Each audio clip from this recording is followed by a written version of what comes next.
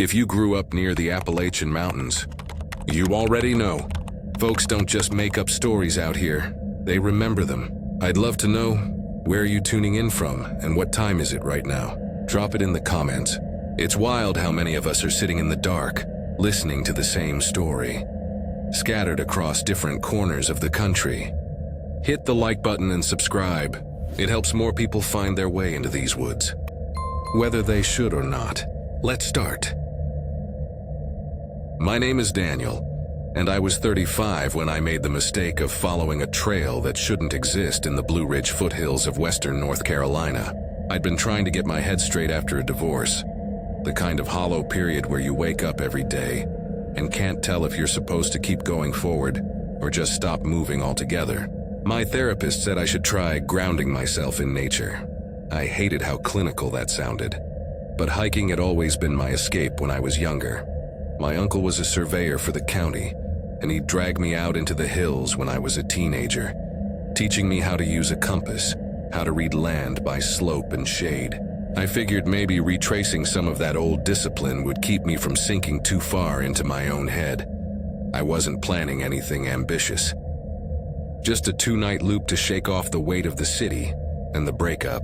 I spent a week mapping it out, choosing a modest elevation climb, and double-checking trail reports online. That's when I stumbled on a comment buried in an archived forum thread written years ago. The user went by Silent Branch and described a cut-through trail off the parkway that didn't appear on modern maps. They claimed it was older than any of the CCC routes, something locals knew but didn't walk anymore. The description was frustratingly vague, landmarks instead of coordinates, a sunken fence post swallowed by vines, a rock shaped like a bent knee, a fallen sycamore stretching across the ridge. At the end of the post, the writer signed off with a single line that bothered me more than it should have. If you hear her call, don't answer. There weren't many replies, but the few that existed all had the same tone, dismissive, uneasy. One user said they tried to follow the directions and ended up circling back to their car without realizing it. Others said they'd walked 10 minutes in and had the worst sense of being watched. And the last just wrote, "Turn back," no punctuation. No context, just those 2 words. It should have been enough to put me off. But in the state I was in, restless, reckless in a quiet way, I printed the post out like a treasure map and decided to follow it. I left on a Friday morning before sunrise, coffee in a thermos, gear packed tight. My starting point was an abandoned maintenance pull-off on the parkway. The asphalt was cracked, weeds pushing through in jagged lines. An old service building slumped at the edge of the lot, the roof half collapsed, the door hanging from a single rusted hinge. It smelled faintly of mildew and something metallic. Before stepping off, I texted my sister my plan like I always did.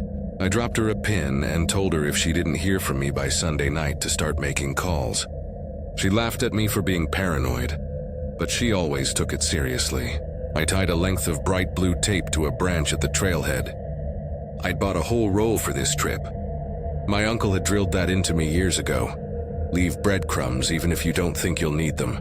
The first stretch wasn't unusual. Narrow, uneven, nothing more than a deer track winding into thick rhododendron. The morning was cool but still too still. No chipmunks darting across the leaves, no insects buzzing near my ears. The air smelled flat, almost stale. After 2 miles, I reached the fallen sycamore mentioned in the forum post. It lay across the slope like a broken limb, bark stripped bare, smooth and pale. That got my pulse up. I was actually on the right track, but then things started to slip sideways. About an hour later, I stopped to sip water and noticed the blue tape I'd tied earlier was gone. I turned back to check. The branch was there. The knot should have been right above eye level. Nothing. Not torn, not dangling on the ground, just gone. I tied another piece lower, tugged hard to test it, then kept moving. I told myself it was nothing. Maybe I'd marked the wrong tree. Except I don't get those kinds of details wrong. By mid-afternoon, the path began to dissolve. It narrowed until it wasn't really a trail at all, just a faint line in the undergrowth. Then it stopped entirely, swallowed by brush. I stood there, confused, and that's when I heard it. The snap of a branch. Not far, 10, maybe 15 feet into the trees. I froze, scanning. Nothing but dense green. Then another snap behind me. The hair on my arms rose. I spoke out loud, my voice too thin. Just hiking through. No trouble here. My uncle's knife was clipped to my belt, and for the first time on any trip I pulled it out. Just the weight of it steadied me, but only a little. I forced myself forward, pushing through the thicket until I stumbled into a clearing I hadn't seen on any map. The trees opened to reveal a circular depression in the earth. At the center was a structure, a ring of stones blackened and cracked as if it had once been a fire pit. But there was no ash, no sign it had ever burned. Beside it yawned a hole, maybe 3 feet across, framed with old timbers that looked petrified with age. I crouched and peered down. Pure black. I picked up a pebble and dropped it. No sound, no bounce. Just gone. That was when the whisper came, right behind my ear, soft enough that I felt it more than I heard it. Daniel.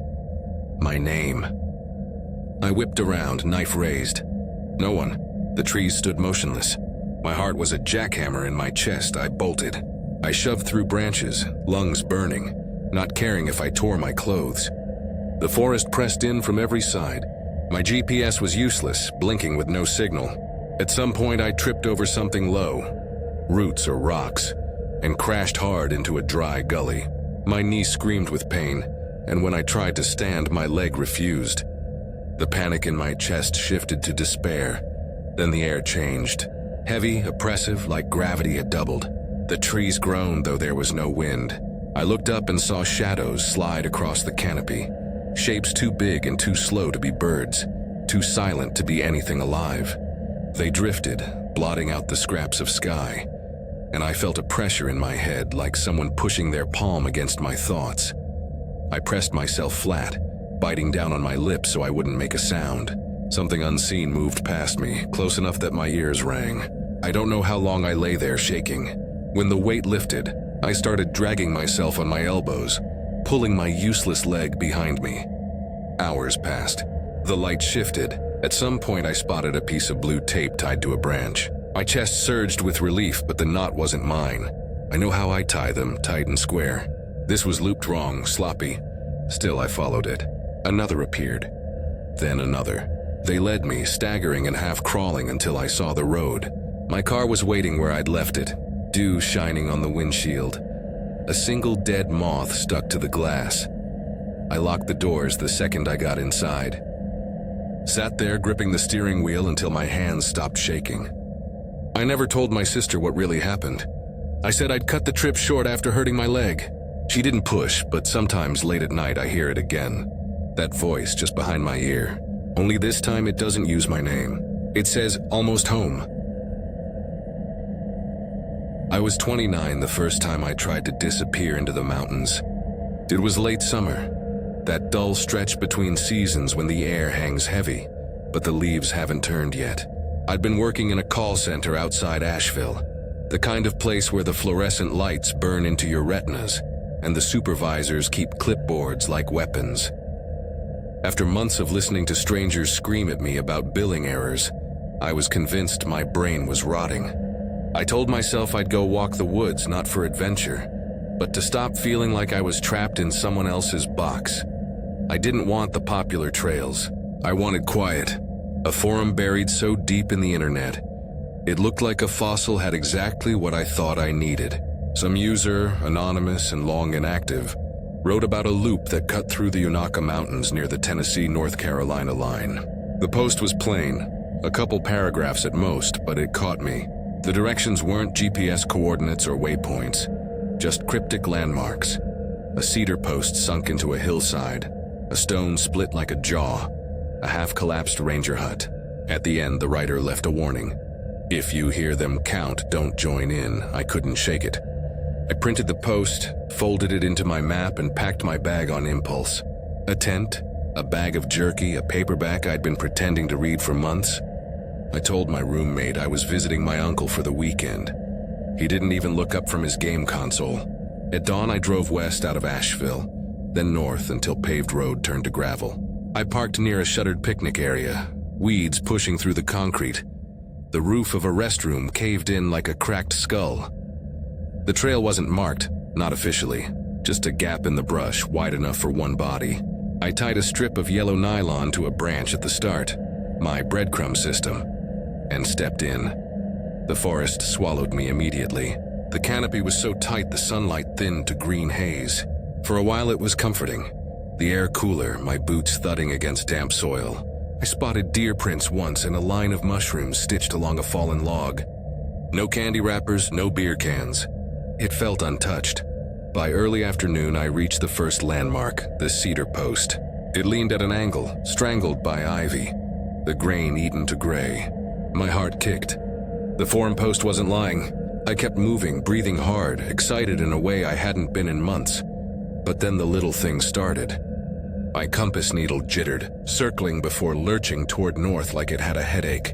A strip of yellow tape I'd tied earlier was gone when I glanced back. I stopped frowning, convinced I'd marked the wrong tree. I tied another, tugged twice to be sure. An hour later, I came to a clearing I hadn't expected. In the center was a structure that looked like the bones of a shelter. Not a lean-to exactly. 4 posts, half-rotted, supporting a sagging roof of warped boards. Moss covered the wood. The smell of mildew hung in the air. Across one wall, smeared in faded paint, was a message. "Keep out by sundown." The letters dripped downward, like the paint had run while drying. I laughed. Too loud, like I was trying to scare away the unease. Probably kids. Still, I took a photo on my phone. Proof to joke about later. Guess who stayed after sundown? I'd text someone. I didn't camp there. Something about the smell, the way the message sagged across the boards, made me press on until I reached a shallow creek. I pitched my tent nearby, filtered water, ate jerky in silence. When the dark came, it was total. No hum of traffic, no airplane lights overhead, just the hiss of the creek and the shifting groans of the forest. Sometime after midnight, I woke to movement outside my tent. Not heavy, not crashing through brush, more like someone brushing their palm against leaves as they walked by. I froze, listening. Then a low murmur. Words, maybe. Counted words. 1, 2, drawn out, wrong in tone. I wanted to believe it was wind moving branches, but the cadence was deliberate. My throat locked. I gripped the knife at my side and waited. Eventually, the sounds ebbed. I didn't sleep again. At dawn, I packed up fast, stomach sour with nerves. I pressed deeper, hoping to curve back toward the marked trail. That's when I saw the bundles. At first, just one, hanging from a low branch. Sticks and small bones bound with red twine, a strip of fabric knotted around it. Not random fabric either, yellow, same shade as my tape. My tape. My stomach dropped. Then I saw another, and another. Higher in the trees, swinging. Some had hair tangled in them, coarse and black. One had teeth, small and jagged, woven into the twine. They lined the path like grotesque ornaments. I told myself not to look too close, not to think about where the parts came from. The compass needle spun wildly when I checked again. I shoved it back in my pocket and started moving faster.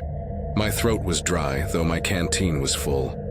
By late afternoon, I stumbled into another clearing. A cabin ruin, 2 stone walls, roof long gone. Inside, scratched into the rock, was a line of letters. My initials. Not carved deep, but fresh, like someone had dragged a nail against the stone. My stomach turned over. I backed away, shaking my head. I'd never been here before. There was no way. But the mark was there, then I heard it, breathing, not mine. Heavy, deliberate, coming from the tree line. I spun, knife drawn, nothing. Then humming, soft, broken melody, childlike. It circled me, shifting from left to right, always just out of sight. I shouted, voice cracking, but the sound only threaded closer. I bolted. No thought, just movement. Branches whipped my face, tore at my arms. The humming followed, weaving through the trees. My legs screamed, lungs clawing for air, until I tripped down a slope and slammed into a ditch. Pain shot up my side. When I looked up, a figure stood at the ridge above me. Tall, gaunt, hair hanging in thick ropes, bare feet pale against the soil. The face shadowed, but the eyes bright, locked on mine. The voice came, not from the mouth, but inside my head. You heard us. You joined. I scrambled out, half running, half crawling until the ditch met gravel. A truck appeared, old, rust-eaten, a man behind the wheel. He slowed, rifle across the seat. You come out of there? He asked. I could only nod. He didn't say more. Just drove me 20 miles to a gas station and left me standing in the lot. When I finally looked at my phone, the photo I'd taken of the shelter was different. The message on the wall no longer read, "Keep out by sundown." It read my name, and below it in dripping red, "Count with us." I've tried deleting the picture more times than I can admit. Every attempt freezes the screen until the battery dies. Some nights lying awake, I hear voices in the distance, counting, always stopping at 2, waiting. I was 32 when I decided to test myself against the wilderness, though truthfully, it had less to do with testing my skills and more to do with proving to myself that I still had any left. My father had been a game warden in eastern Kentucky when I was growing up, and he raised me to treat the woods like both a sanctuary and a battlefield. I'd spent summers memorizing tracks, learning how to filter water, building fires without matches. But years of office work, commutes, and weekends wasted staring at a screen had dulled me. I felt hollowed out soft. When my girlfriend broke things off and told me I'd become a man shaped like a chair, I decided she was right in more ways than I cared to admit. So I started planning. I didn't want a tourist hike, the kind where you pass teenagers in flip-flops and hear someone blasting music from a Bluetooth speaker. I wanted silence. I wanted to vanish for a while and see if the woods would still take me. I researched obsessively for months, scouring forums, scanning old maps. That's when I stumbled across a forgotten thread in a digital graveyard of a website. Someone had written about a cutoff trail in the Clinch Mountain Range of Virginia, just east of the Tennessee line. The description wasn't coordinates or trail names, just odd markers. A sagging barn foundation, a cedar stump blackened by fire, a wooden post carved with strange angles. The thread had died years earlier, but one reply stuck with me. It simply read, "Don't follow it past the fence. They still walk there." Most people would laugh, but something about the phrasing hooked me. Not "don't go" or "it's dangerous," but "they still walk there." Whoever had written that believed what they were saying. I folded the page into my printed topo map and built my plan around it. By early September, I was ready. I vacuum sealed my food, bought new boots, tested my pack twice. My route was ambitious, nearly 2 weeks on the ridge lines, crossing back into Tennessee, then cutting east again. But on day 10, while camped by a dry creek, I decided to deviate. I told myself it was curiosity, but the truth was I wanted proof of something beyond the ordinary, even if I couldn't admit that out loud. The cutoff trail revealed itself almost by accident. I'd spotted an old wooden sign nailed crookedly to a tree. The lettering had long since rotted into black smudges. To its left was a thin opening in the underbrush, no wider than a man's shoulders. My chest tightened. I knew it had to be the place from the forum. The trail was more suggestion than path, a ribbon of trampled soil overtaken by saplings. My arms and pack snagged constantly on clawing branches. I nearly turned back twice, but then I saw it. A cedar stump burned black just as described. Past that, lengths of twine appeared between the trees, crisscrossing in odd patterns. Some had feathers tied into them. Others bones bleached white and brittle. Not random litter, arrangements almost like charms. My stomach sank. I've seen hunters leave markers, even strange ones, but this wasn't practical. This was symbolic, a warning or a ward, I couldn't tell. I told myself I'd snap a picture and head back. But when I reached for my phone, I realized I was already deeper than I meant to go. That was the first twinge of fear, the sense that the forest had shifted behind me. I tried turning back, but the way out didn't look the same. The trees seemed closer together, their roots tangling across the ground in patterns I didn't remember. My breath grew shallow, so I started counting my steps aloud, a trick my father had taught me when panic rose. By the time I reached step 170, I passed a tree carved with a symbol I'd never seen. Long triangles stacked over each other, with a spiral eye stretched tall like someone had dragged it downward with a hot iron. The rest of that day bled together.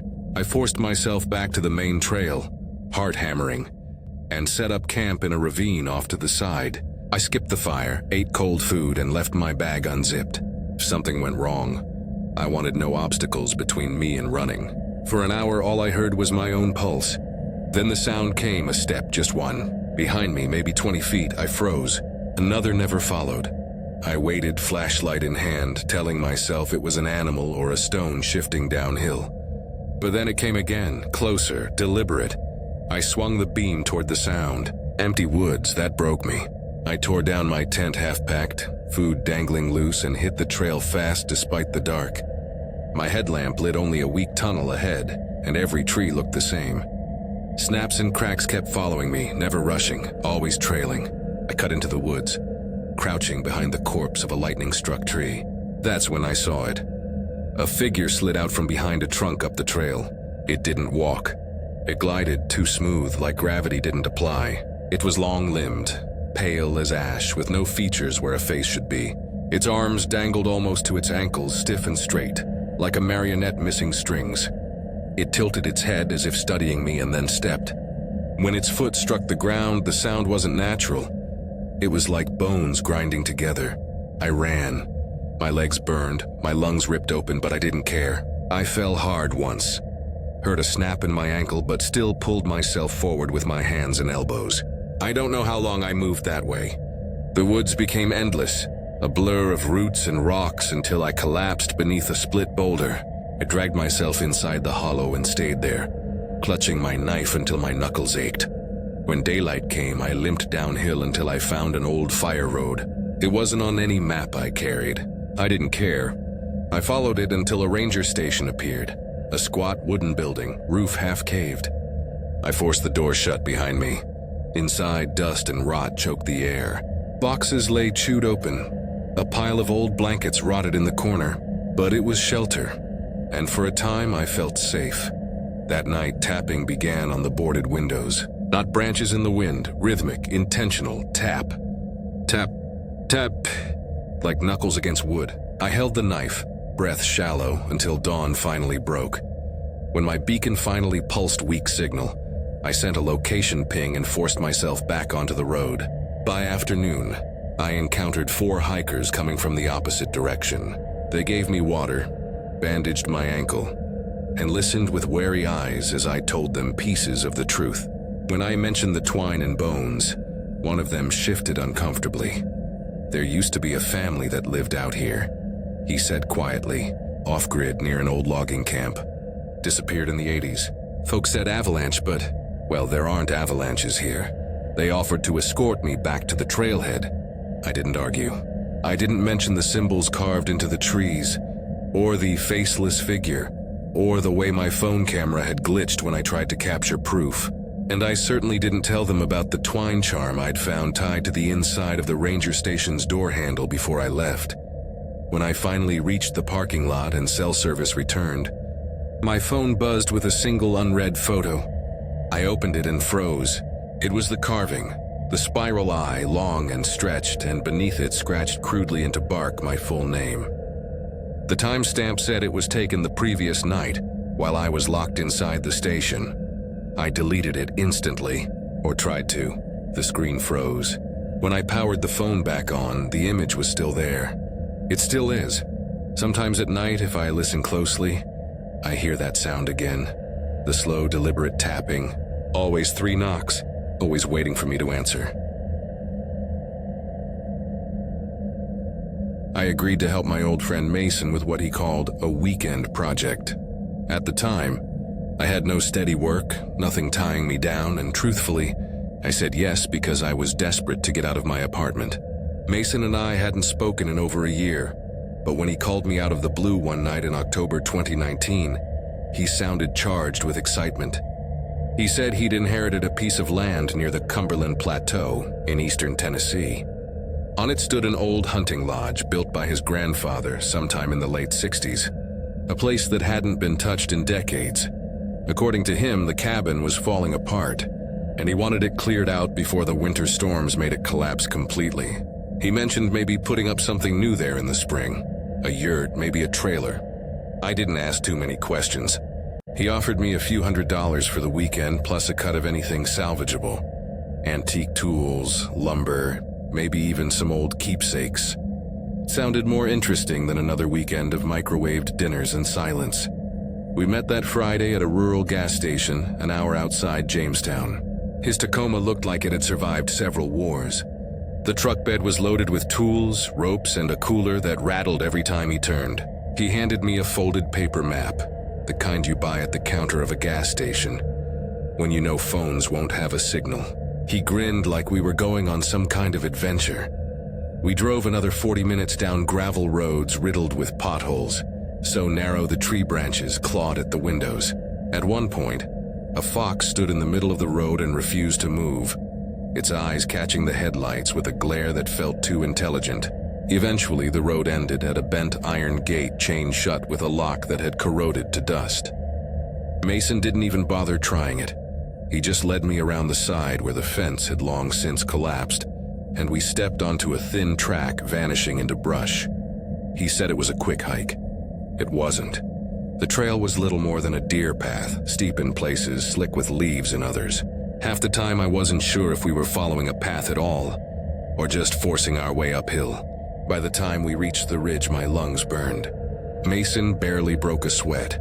From the ridge, we descended into a hollow, and there it was. The cabin. It looked like it had been rotting for 100 years. The whole structure leaned as if it were melting into the earth.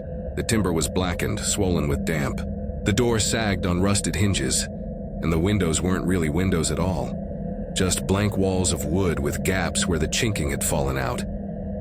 One corner had already sunk into the dirt, but what caught me wasn't the roof or the tilt. It was the door.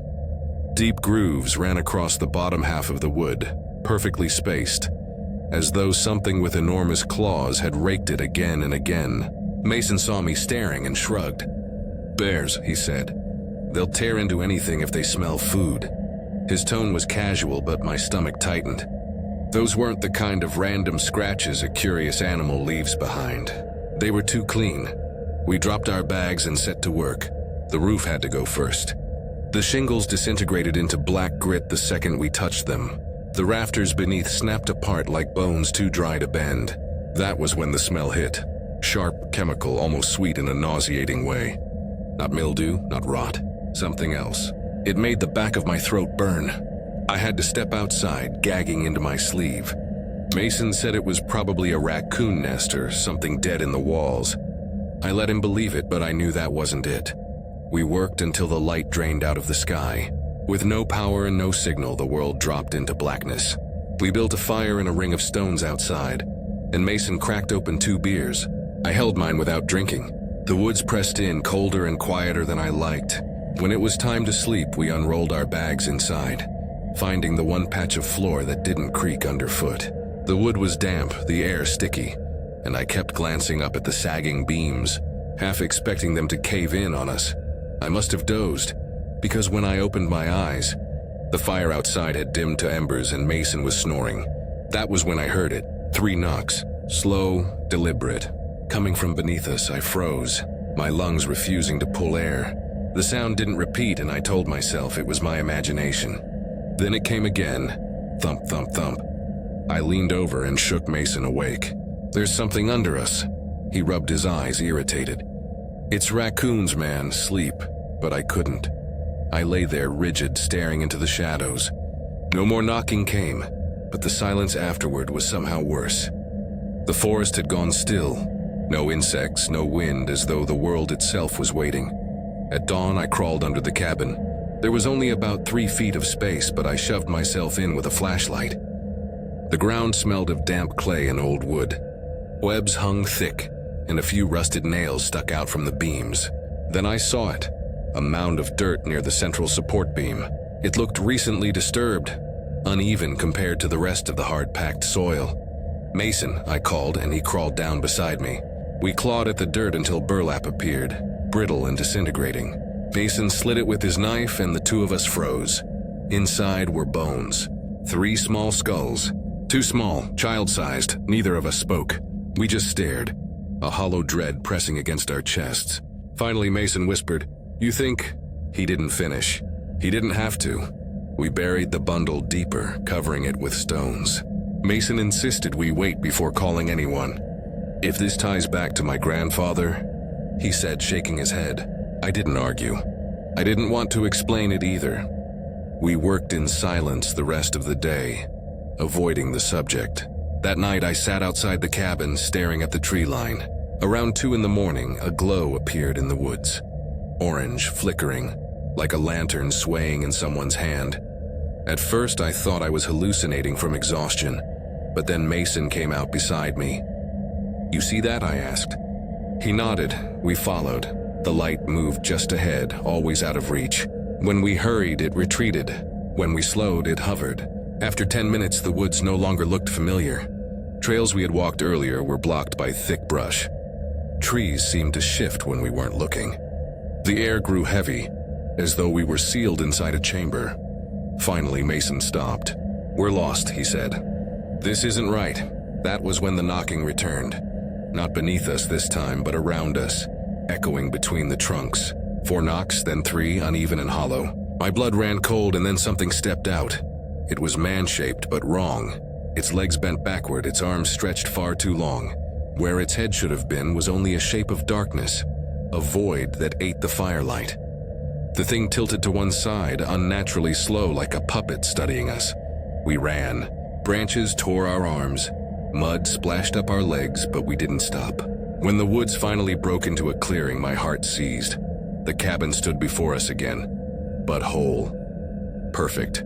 The roof intact, the walls straight, the door unscarred. It looked new, like decades had reversed. Mason's voice cracked. "This isn't the same place." We stepped inside anyway. The floor was untouched, the beams clean. No tools, no sleeping bags, no firewood, as though we had never been there. Then came the footsteps. Heavy boots on wood above us, but there was no second floor. The sound circled, boards creaking, dragging slowly from corner to corner. Mason grabbed my arm. "Out now." We tore from the cabin and didn't stop until the sky paled with dawn. Somehow, the trail returned beneath our feet, and sunlight pierced through the branches. But when we staggered to the gravel road, my car was gone. We walked barefoot for miles until a logging truck appeared. The driver slowed, staring at our torn clothes and bleeding hands. "What the hell happened to you two?" he asked. We didn't answer. He must have seen something in our faces because he didn't press. He just unlocked the door and let us climb in. I never went back. Mason stopped answering my calls after that week. But sometimes when I scroll through the photos on my phone, I find one that doesn't belong. A picture of that cabin, perfect, untouched. In the window, a shadow leans sideways as if tilting its head. The timestamp always says the same thing. October 2019, the night we were there. And no matter how many times I delete it, the photo returns. I was 34 when I decided to take a long hike through the mountains. Though decided makes it sound like it was a conscious plan. It wasn't. My doctor had just told me my blood pressure was creeping into dangerous territory, and my boss had strongly encouraged me to use up some of my vacation time before I burned out completely. So with a body that felt older than it should, and a mind running itself in circles, I thought maybe the woods could help. Not a spiritual journey, not some dramatic self-discovery, just space and quiet. I chose a stretch of backcountry trail along the Cumberland Mountains near the Tennessee-Kentucky border. It wasn't an official section of the Appalachian Trail, but the topo map showed a handful of offshoots, marked decades ago and rarely maintained. That appealed to me. The fewer people, the better. I told my younger brother roughly where I'd park, left my phone in the glove compartment, and promised I'd be back by Monday night. The first day was almost soothing. The air was sharp with the bite of early October, dry leaves crunching under my boots. Sky so clean it looked scrubbed stretched overhead. The trail was narrow but visible, weaving through ridges and dipping into little hollows. I didn't see another soul, and for the first time in years, I didn't feel like the world was pressing in on me. That night, I set up camp near a stone outcrop where an old fire lookout tower had collapsed long ago. All that remained were rusted legs and warped metal scattered like bones. I ate a packet of dehydrated chili, listened to the forest settle, and crawled into my bag. Sometime past midnight, I woke to footsteps. Not deer. Not bear. Human, slow, deliberate, circling my tent. My throat clenched. I held my breath, gripping my knife inside the bag. The steps made a full arc, then stopped. The silence that followed felt stretched, unnatural. After what must have been minutes, they retreated into the woods, fading until I wasn't sure I hadn't dreamed the whole thing. At dawn, I crawled outside. The soil was soft with fallen leaves, and that was the worst part because I saw them. Bare footprints, human. Every toe distinct, the arch pressed deep, circling my tent in a perfect loop before vanishing into the undergrowth. I didn't bother with coffee. I stuffed everything into my pack and pushed forward, heart already racing. By midday, I came across an old trail shelter. One of those three-walled wooden shacks the Civilian Conservation Corps had scattered along the mountains decades earlier. This one looked ready to collapse. The roof sagged under moss, and the beams had dark streaks climbing up their sides. Inside, the place looked abandoned but not empty. Rusted cans, burned logs, and a sleeping bag rotted into the floorboards. I almost turned away, but something caught my eye. Markings scratched into the wood.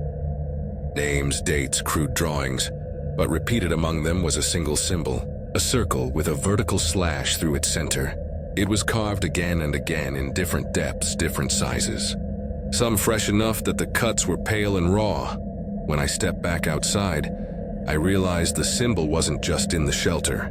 It appeared on trees, hacked deep into bark, on flat stones off the path, even drawn in the dirt with sticks. Always the same circle with the line through it, like an obsession. I told myself it was kids, bored locals trying to scare hikers. That explanation didn't sit right. But it was better than the alternative. Around mid-afternoon, the trail ahead bent, and that's when I saw someone. They stood about 40 yards ahead, directly in the middle of the path, motionless, too tall, at least 6.5 feet. Their skin looked washed out even in shadow, and they wore something form-fitting, dull gray like fabric stretched over their body. No hair, no color, no pack, no sound. I blinked. They were gone. Not walked away, not hidden behind a tree. Gone. The trail was empty. Silent. My pulse hammered so hard I felt sick. I waited, staring at the spot until my eyes ached, then forced myself forward, walking faster than before. By dusk, I'd gone off trail, hiding my tent in brush and rocks. It wasn't comfortable, but I wanted cover, not exposure. I kept my knife inside my bag again, but sleep didn't come. At 2 in the morning, I heard breathing. Not mine. Not Mason snoring like old camping trips. Just steady, deliberate inhalations inches from the fabric of my tent. My skin prickled. Then came the whisper, soft enough to make the nylon shiver. "Do you see me now?" Every muscle locked. I didn't respond. Didn't twitch. My eyes stayed wide open until the breathing stopped. At dawn, I unzipped the tent. On the side of the fabric, at chest height, was a 10-inch slit. Perfect clean cut. Nothing stolen. No footprints. Just that incision. As if a blade had hovered at my heart all night. I packed in silence, hands shaking.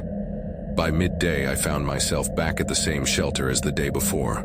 Except this time, there were people. 3 of them. Cross-legged, arranged in a triangle inside the structure. Perfectly still faces painted with streaks of something dark. Mud or ash. Their eyes fixed forward, unblinking. They didn't speak. They didn't react. I didn't step closer.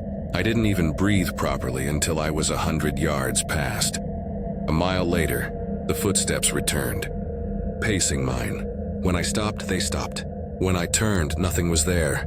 Then came the whistling, 3 notes. Low, off-key. Repeated again and again. I broke into a jog, then a run.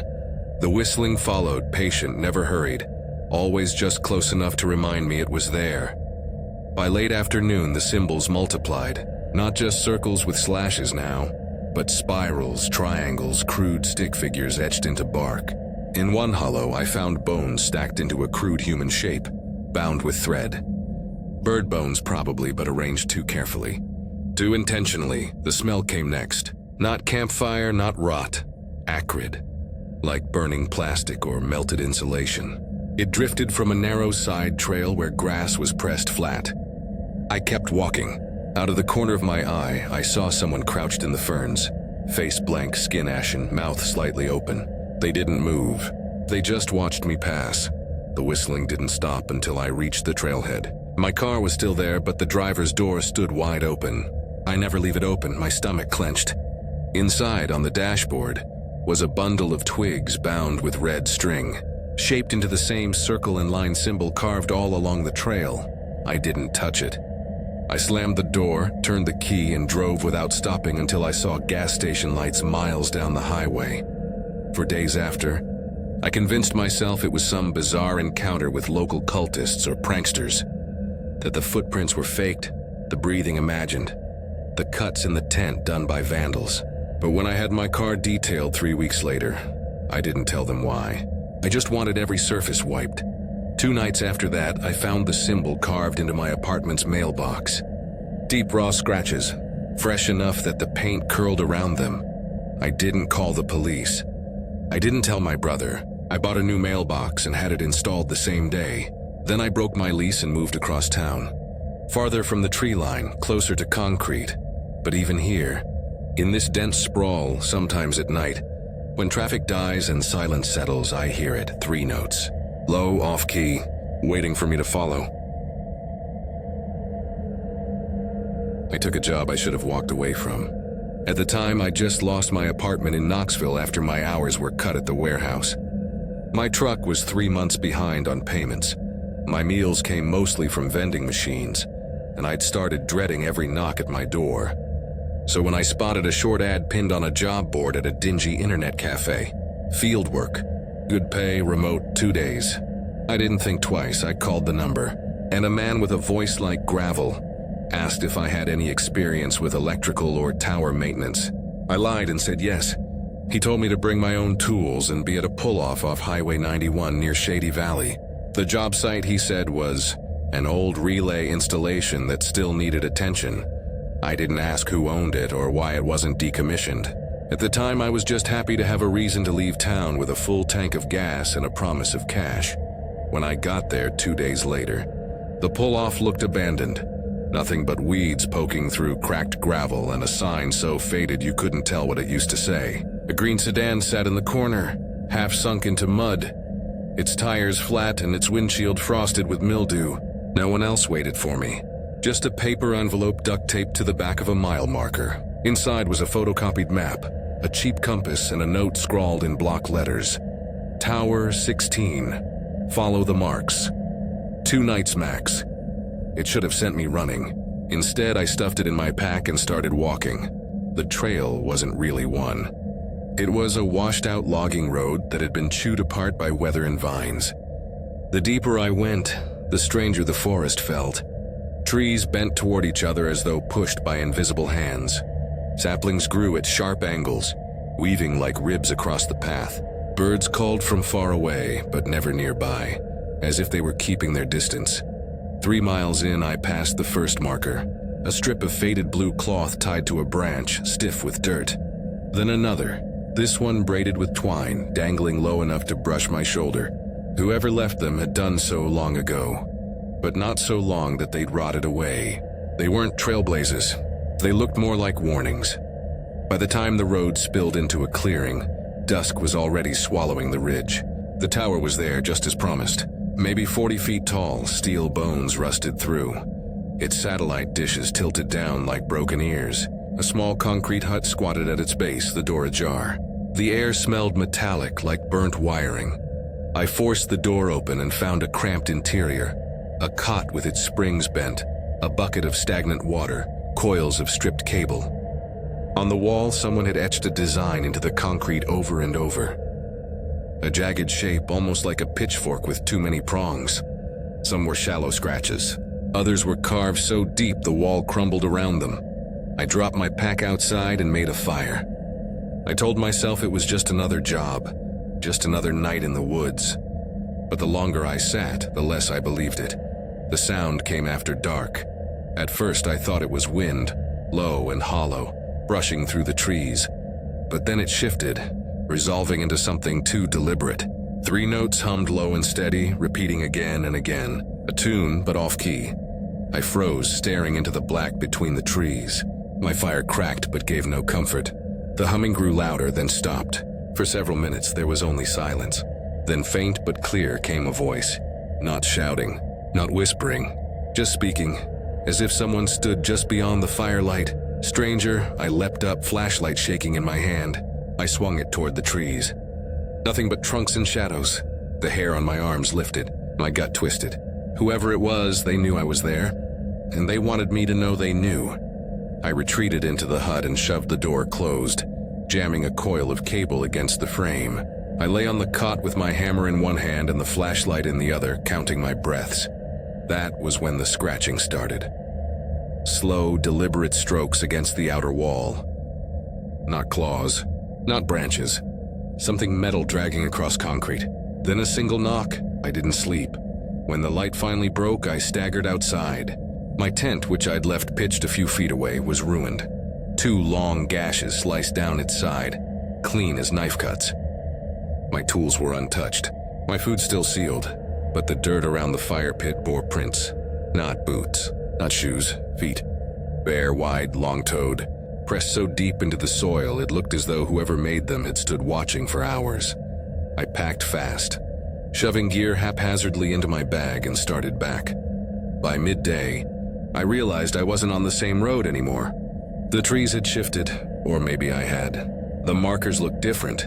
Instead of cloth, I saw small bundles dangling from branches, twine knotted with feathers, bones tied with red string.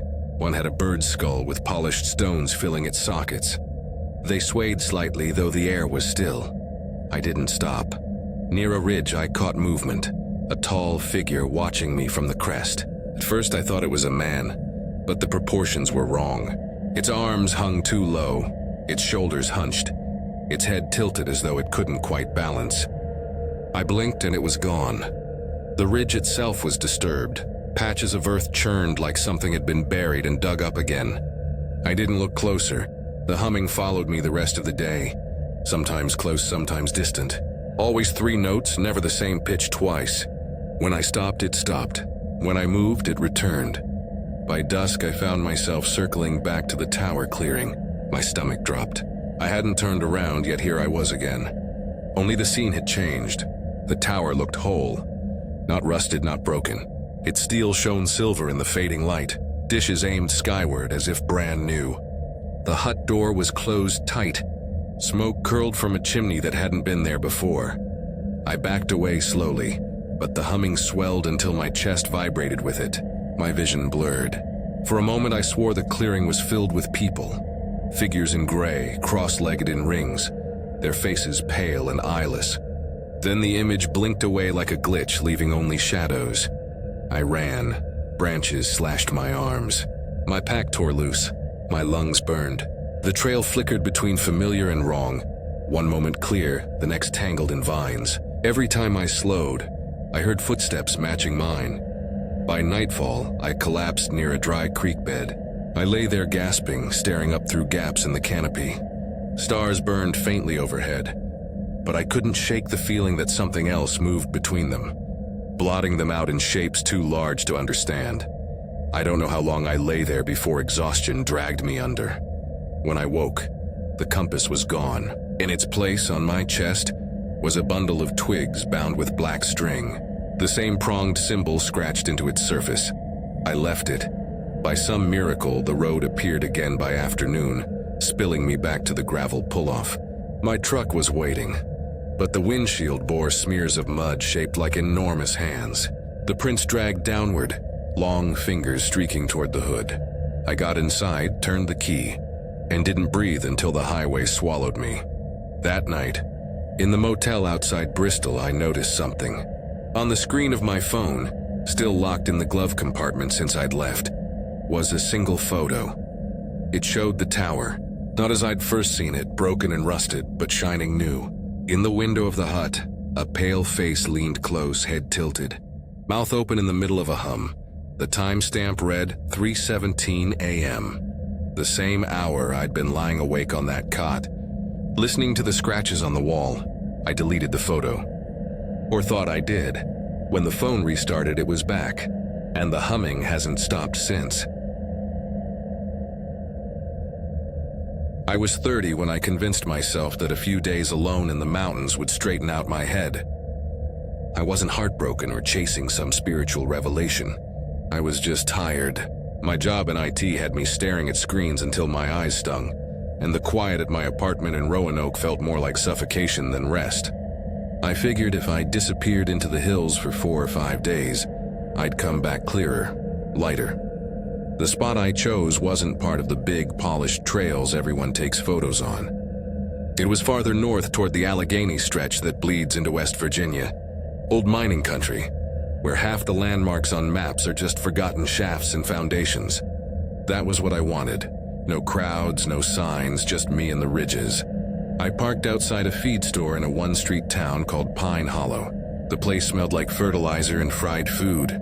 My plan was to cut west from there into a side trail I'd circled on an old topo map I found in a thrift shop bin. The line looked barely maintained, but it linked with another route that, according to the contour lines, wound through hollows and ridges nobody bothered with anymore. Perfect. Inside the feed store was a man behind the counter.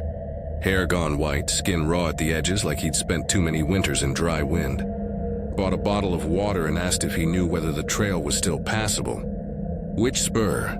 he asked without lifting his eyes. I traced it on the folded map. A thin path running from a gravel road, ending in an X where a fire tower once stood. He stared for a long moment. Then he said, "That tower's been gone since before I was born. Nobody keeps that cut open. Best stick to the main ridge." "I don't mind rough trails," I said. The man pressed his lips tight, then slid the water bottle back across the counter like he wanted me gone. He didn't say anything else. By noon, I was hiking. The air was cool, brittle, with the smell of pine needles. For the first day, everything was ordinary. The path narrowed in places but stayed visible. I passed a half-rotten signpost, its board missing. Only the nails left like black teeth in the wood. That night, I camped near a stream, ate jerky, and fell asleep to the water's hiss. On the second day, the trail began to change. The soil grew softer, almost spongy underfoot, and the canopy closed tight until the sky was little more than a smear of gray above me. The markers I'd seen before, rusty nails in trees, stacked stones, disappeared. In their place were other signs, carvings. Not initials or hearts, but shapes I didn't recognize. Triangles looped into spirals, squares with diagonal slashes. One tree bore a ring of vertical cuts, each the same length, circling the trunk like tally marks. By afternoon, the trail ended. Not gradually, not faded. It stopped. One step I was on packed dirt. The next I was in raw forest, leaves and moss stretching in every direction. My map showed the line continuing straight, but in reality there was nothing. Just silence, thick and pressing. No birds, no insects. The kind of silence that feels placed, not natural. I stood there debating whether to push through the brush when I heard it. Footsteps, slow, uneven, dragging. I turned. 20 yards back, a figure stood between two hemlocks. He was tall, maybe 6.5 feet, wearing what looked like an old work coat, the kind miners used to wear in black and white photos. His shoulders were bent forward, head tilted down so his face was hidden beneath a wide-brimmed hat. "Hey," I called, my voice cracking. "I think I lost the trail." He didn't respond. "I've got a map," I said, forcing steadiness. "Can you point me back?" Still nothing. He didn't move, didn't shift, just stood with his arms hanging loose. Then without a word, he turned and walked into the trees. Every rational part of me screamed not to follow, but something deeper pushed me forward. The thought of being left alone in that silence was worse than chasing after a stranger, so I followed. The path he took wasn't a path at all. Just raw forest, tangled roots, low branches that scraped my arms. He never looked back, never slowed. The limp was obvious. One leg dragged, leaving furrows in the dirt. After 10 minutes, we broke into a small clearing. In its center sat a one-room cabin, sagging with age, its windows boarded, its door cracked open.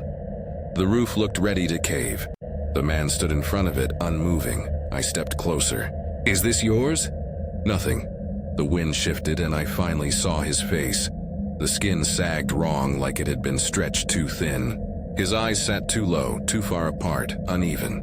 The left side of his jaw hung lower than the right, as if someone had forced bones together that didn't belong. When his mouth opened, it didn't stop. It stretched wider and wider, past the hinges of a normal skull, until it looked like his face was splitting. No sound came out. Just the motion, silent and tearing. I bolted. Branches whipped against my face. My pack slammed into my spine. Behind me, I heard that dragging step, faster now, closing the distance. I stumbled, smashed my shin against a stump, and kept going. The forest tilted downhill into a ravine. I half fell, half slid, palms burning as I caught myself on rocks. At the bottom, I staggered forward and suddenly, impossibly, found myself on a trail. A real one. Wide, worn, clear. Up ahead, a woman with trekking poles walked steady and calm, a large pack across her shoulders. Relief nearly made me sob. I shouted, not words, just sound. She spun, eyes wide, then hurried toward me. "You okay?" she asked, voice steady but cautious. I looked behind me. Nothing, just trees. She led me back to her camp a mile away, gave me water and half a protein bar. My hands shook as I tried to explain. I told her about the man, about the trail ending, about the cabin. She frowned at the mention of a ranger. "There hasn't been a ranger assigned to that cut in years," she said. "And there's no cabin out there. Just stone foundations.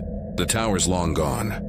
The next morning, I followed her out to the main road. My phone finally caught a weak signal, enough to pull up the photo I'd taken of the map in the feed store. Only when I opened it, the image was gray static, like it had never loaded.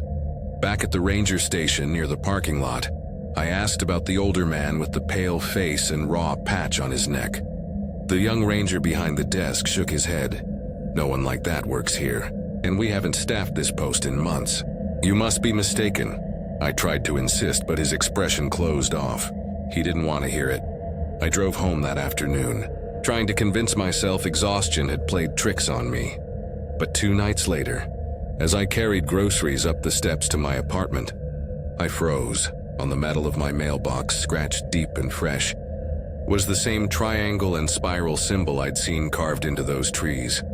The edges of the cut gleamed silver where the paint had peeled, and when I stood there staring, I swore I heard it again.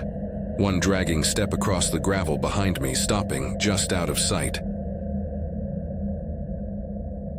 I was 27 when I agreed to house sit for my uncle's friends out in the mountains of eastern Kentucky, just past a town called Mabel Creek that was more crossroads than community.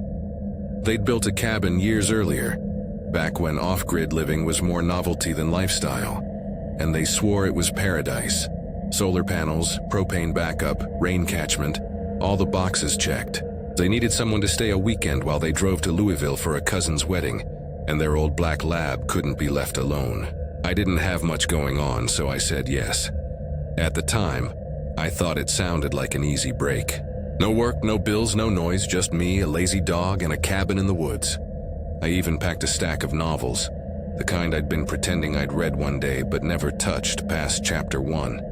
The place itself was beautiful, almost too staged to feel real. 2 stories, wide porch with hand-hewn beams, tin roof that pinged like a xylophone whenever acorns hit it. The cabin sat in a clearing choked tight by trees that rose like walls. Beyond the gravel driveway, the forest swallowed everything. No other houses, no traffic hum, no light but what came from the sky. They weren't exaggerating about service either.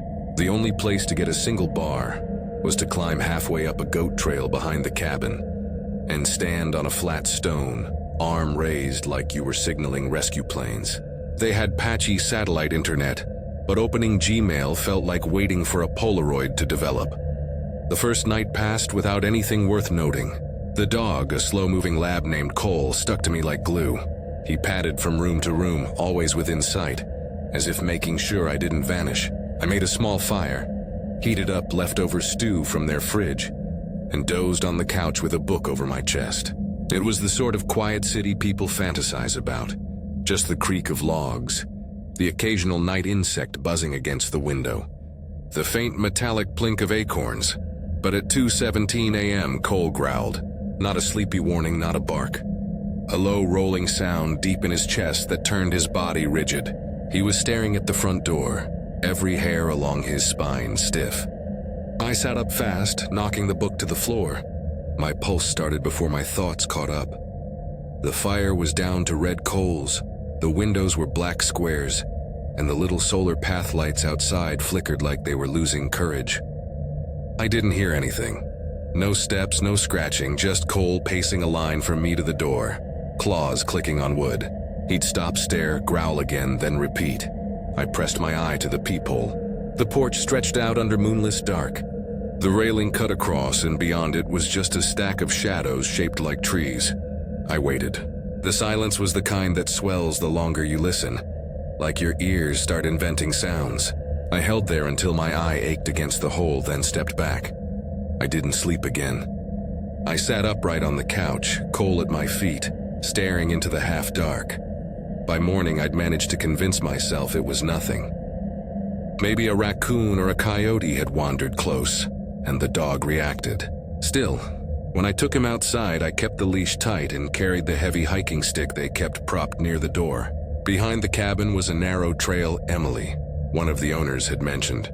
An old logging cut that wound uphill where timber used to be dragged out by mule. I figured Cole could burn energy there. We only went about half a mile before I saw them. Footprints. Human. Bare.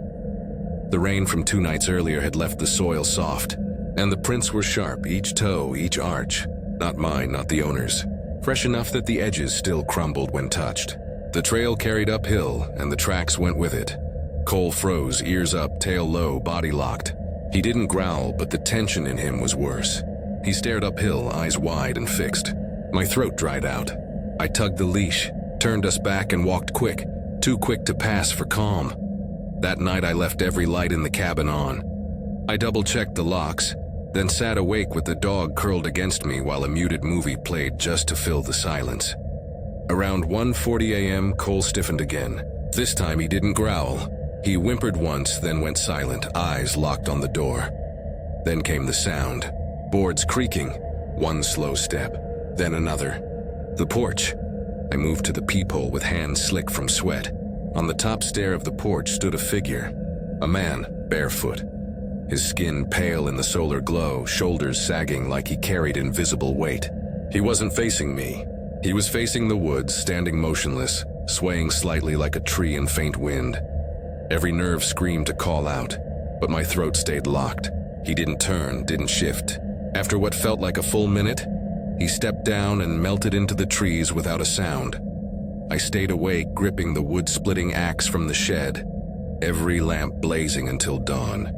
By morning, I wanted out. I threw clothes into my bag, tried to call the owners, but there was no signal, and the satellite Wi-Fi looped endlessly on connecting. Hiking the 10 miles back to town with a dog and a duffel wasn't an option. So I told myself it had to be some strange drifter, maybe a squatter. I could last one more night. That evening I shoved every piece of porch furniture inside. I wedged chairs beneath both door handles, checked the windows 3 times, and sat by the couch with Cole pressed against my leg. At 3:09 a.m., the sound returned. Not on the door, on the wall beside the front window. 3 knocks, slow, hollow. I froze, axe slipping against my palm. Then came a rattle from the back door. Just once, like someone testing the knob. Then silence. When daylight finally bled through, I saw the chairs braced against the doors had been nudged outward a fraction, as if pressure had been applied. Enough to feel, not enough to break. That broke me. I packed everything, stuffed it into the trunk, and had Cole in the back seat before I even locked up. As I loaded the last bag, he barked sharply. Not at the cabin, but at the woods. I followed his gaze and saw it. Hanging from a low branch was a strip of cloth, faded blue, torn ragged at the edges. Beneath it, nailed into the bark, was a brownish smear the color of dried blood. Then I noticed the trees around it, 6 of them, rough circle, each carved crudely with a face. Wide, hollow eyes, gaping mouths, not symbols, faces, watching inward, toward where a fire pit might once have been. The dog whimpered. I grabbed his collar and pulled him back. We didn't stop until the road cut through the trees. At the gas station by the county line, I finally got signal. I called the owners, voice shaking as I described what happened. I tried to make it sound lighter than it was. Some man, maybe a vagrant, twice on the porch. I didn't tell them about the carvings. Cole wouldn't get out of the car when I pumped gas. He sat staring at the tree line. His tail didn't wag, not even once. 2 days later, back at my apartment, I opened my bag to unpack. My shirts and jeans were there, my books, my toothbrush. But wedged on top, folded carefully, was the strip of blue cloth. The same one I'd seen hanging from that branch. I never agreed to house sit again. I wasn't the type who went chasing adventure, but at 31, I convinced myself a few days in the mountains might help me figure out what I was doing with my life. I'd just wrapped a contract job that left me burned out and restless, and my landlord was breathing down my neck about whether I'd sign another year on a lease I couldn't afford. I didn't want a spa or a beach. I wanted quiet, somewhere no one could call, text, or remind me of what I hadn't figured out yet. My old college roommate Owen picked the spot. He'd grown up in Georgia but had family roots in West Virginia. He said if I wanted to vanish for a weekend, there was no better place than Monongahela National Forest. His cousin kept a little cabin up that way, but Owen swore the surrounding land was laced with old trails nobody maintained anymore. He thought we could hike a rough loop in 2 days, camp one night in the backcountry, then circle back to the car before Monday. I wasn't much of a hiker, but I trusted him. So one September morning, we parked at a gravel pull-off outside a town called Auburn Ridge, the sort of place that barely had a gas station. The only sign marking the trailhead was a weathered board where maps used to hang. It leaned like a drunk, the lettering bleached pale.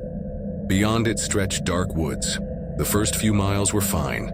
The air was heavy with the smell of pine resin and damp leaves, and the ground sloped in long rolling waves. Owen set a good pace, and I mostly tried not to wheeze too loudly. By afternoon, we'd put 6 or 7 miles behind us and stopped on a high ridge. The view should have been stunning, endless trees fading blue in the distance. But there was something uneasy about it. The wind died the second we stepped onto the overlook, and all I could hear was the sound of my own pulse. We pitched the tent in a patch of flat ground near the ridge. Owen broke open a pack of dehydrated chili, and I forced it down, though it tasted like cardboard mixed with salt. He joked a little, but I could see him glance over his shoulder more often than he wanted me to notice. After he'd fallen asleep, I sat outside the tent for a while. The stars were sharp enough to hurt your eyes, and the air carried that thick stillness that feels staged. I was fiddling with the laces on my boots when I heard it. Footsteps. Not the scamper of a deer, not the random scuffle of a raccoon. These were heavy, deliberate. One step, another, slow, measured, circling. My chest clenched tight. I held my breath, gripping the flashlight, listening to the sound loop around the tent like someone was counting off paces. Then it stopped. I snapped the light on and swept it across the trees. Nothing, just trunks. Branches and more dark. I crawled back inside, zipped the flap, and lay there staring into the nylon until gray light crept in. When Owen stirred awake, I told him what I'd heard. He brushed it off, maybe a bear, maybe my imagination. But his voice carried less confidence than the words. The second day was worse. The trail dipped steeply into a gorge, switchbacks twisting like a corkscrew. By mid-afternoon, the canopy was so thick the sunlight felt like dusk. The air clung damp against my skin. Owen didn't talk much, and neither did I. I kept looking over my shoulder, sure something would be there. We stopped near the river to camp, beside an old stone ring where someone else had once built fires years before. As night came down, Owen poured whiskey into a tin cup and offered it. I shook my head. He drank in silence, staring at the flames like he expected something to crawl out of them. Around midnight, a sound cut through the dark, a whistle, not a tune, not a bird. Just one long flat note held too long to be natural. Owen's head snapped toward me. You heard that? Yeah, that's not coyotes. We killed the lantern. The dark fell heavy. My ears strained. After a stretch of silence that felt like an hour, the whistle came again. Same pitch, closer, then the woods died. The insects, the frogs, even the river's burble seemed to dampen until there was nothing but stillness. Branches cracked just beyond the circle of trees. Something walked, not charging, not crashing, just pacing. One step, another, each deliberate dragging sound rolling over the ground. We lay stiff as boards. Neither of us spoke. Neither of us blinked. At first light, I told him we were cutting the route short. I knew from the map there was an old service road, half forgotten, but it would save 5 miles and dump us closer to the car. He didn't argue. We packed fast, barely ate, and kept moving. By noon, the silence pressed heavier than the pack on my shoulders. Every rustle of bird wings overhead felt staged. And then I noticed the carvings. At first, one tree. A diamond shape carved deep, almost eye level. Clean, fresh. Too fresh. Then another tree a quarter mile later. Same mark, I pointed it out. Owen's jaw clenched, but he didn't answer. Soon they were everywhere. Trunks scored with the same shape, sometimes in pairs, sometimes in rows. Always new. No moss softening the edges, no weathering. By late afternoon, the road came into view. A pale track winding through the dark. We stumbled onto it with relief. But within 100 yards, relief soured. Up ahead, in the center of the road, sat a lantern. Its glow was steady, golden, unnatural in the daylight gloom. We froze. Owen whispered, "Could be a ranger?" I took one step forward. The lantern winked out. No footsteps, no sound. Just gone, we dove off the road into the trees, crouching low. My heart hammered against the dirt. Minutes later it came. The whistle, same flat tone, but this time it drifted from behind us. Then came the footsteps. Not one set, several. Pacing in rhythm, moving down the road we had just walked. We didn't wait. We moved through the brush, paralleling the road. Snapping branches no matter how carefully we tried. Every sound we made felt like a flare in the dark. Around the next bend, another glow. A lantern, this one swinging gently from a low branch. Beneath it stood a figure, too still, too rigid. The light painted a face pale and blank. But it never turned, never shifted. We pushed deeper into the woods. Branches clawing at us until the road widened into a clearing. There, half sunken into the earth, stood the old forestry station. Its roof sagged, windows shuttered, paint long peeled. But parked beside it was a truck, an old green thing with rust climbing its doors. It shouldn't have started. It looked like it hadn't moved in decades. But the keys were sitting under the visor, just where someone wanted them to be. I didn't ask questions. I drove. Gravel spat from the tires as we roared down the road. I didn't slow until the forest thinned and pavement reappeared. When we stopped at the ranger outpost miles later, I opened my mouth to explain, but nothing came out that sounded sane. What could I say? That something whistled us through the woods, left marks on trees, planted lanterns, and marched in rhythm where no one should have been? Owen hasn't spoken about it since. But 2 weeks later, when I walked out of my apartment one morning, I saw it carved into the telephone pole at the end of my street. That same diamond, the wood around it still fresh, sap running.